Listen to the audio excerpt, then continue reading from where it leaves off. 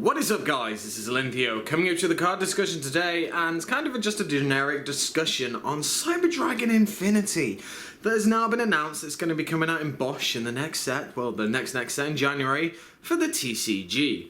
Now, one of the most feared cards in recent history kind of is Cyber Dragon Infinity for its just supreme amount of power that it can really put on the board and the amount of pressure it can put an opponent under, with some incredible effects by taking any special summon monster, any face-up attack position monster on the field, attaching it, then being able to negate anything. It's just such a good card, as well as an attack boost per each material. The card is very good, but the card is only as good as it is accessible.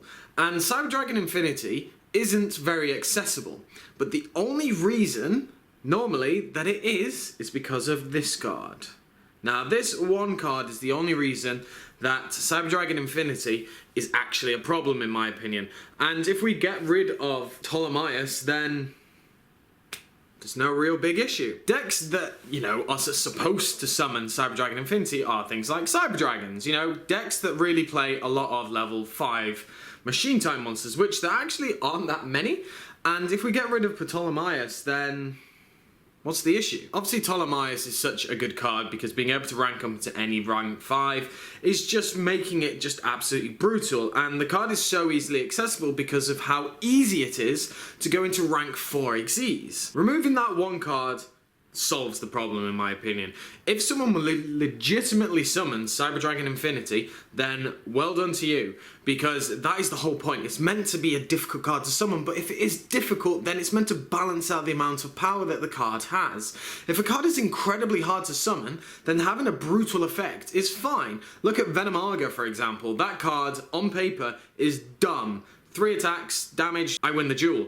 But it's incredibly hard to summon. Personally, I can see a preemptive hit coming on the next limited and forbidden list on Ptolemaeus, because I think it should probably go to at least 1.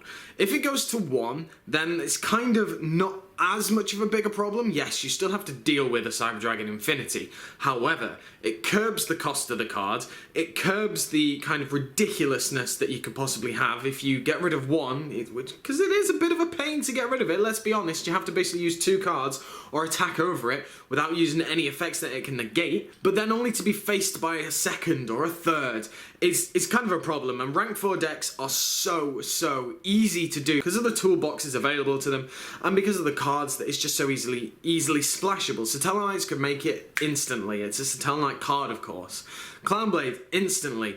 Shadows, even Necros, all these cards can make that one card go into a Cyber Dragon Infinity. So you can see where the problem is, and we all know that that is a problem. Hitting it to 1 kind of gives a lot of decks a power play. Now, it does support them, even the meta decks can use it, but it just means that people would have to be a little bit clever in going into it, that you can't just rush straight into it at the start of a duel, because it simply means that if it goes, then, well, there you go, you've wasted a good amount of cards. But if you have multiple ones, then it doesn't matter about just wasting it, because you have backup plans. Putting Ptolemaeus to 1 or banned solves the whole problem of Cyber Dragon Infinity. It seriously solves the whole problem.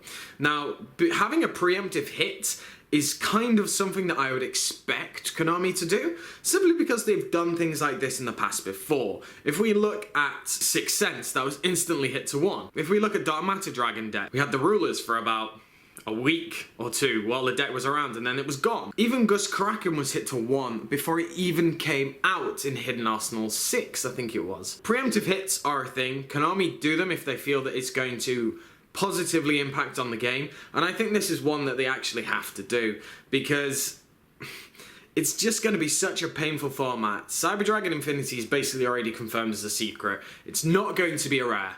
If it's a rare, that is the most trollsy thing I've ever seen in my entire life, and it'll be the most expensive rare anyway, but it's going to be easily accessible to so many people. It's going to be a secret rare, and it's going to be a motherfucking expensive secret rare at that. You'd be looking at probably about at least £100, $100 of pre-orders on it, because it's just one of those cards that everyone expects to be amazing, and it still is. Regardless of how the difference is in the game with the TCG and the OCG, there are obvious big flaws in different decks that can utilize Cyber Dragon Infinity.